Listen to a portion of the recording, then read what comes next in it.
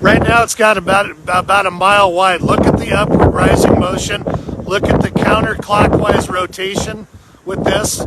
There are farmsteads. There are a few small towns. Does anybody have a? Can anybody look up the name of the towns for me? I can't. I think it was Hedrick. Yeah. I got no. So this is about east of Hedrick, somewhere in the Hedrick, Iowa. But we're southwest of Washington. We're northeast of Ottumwa. There it is. You can kind of see the debris. It's very, very small, but something is being hit. This is moving away from us. It's all right. Yeah. We're fine.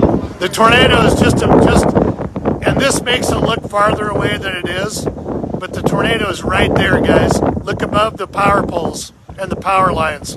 It's right there. See that clear spot right above that? That's the rear flank downdraft cut. Tornado is right in front of us. Tornado is right in front of us here. See, it's right in the field. It looks on Facebook Live, it looks farther away than it really is, but it's not. This tornado is probably within a mile and a half of us right now.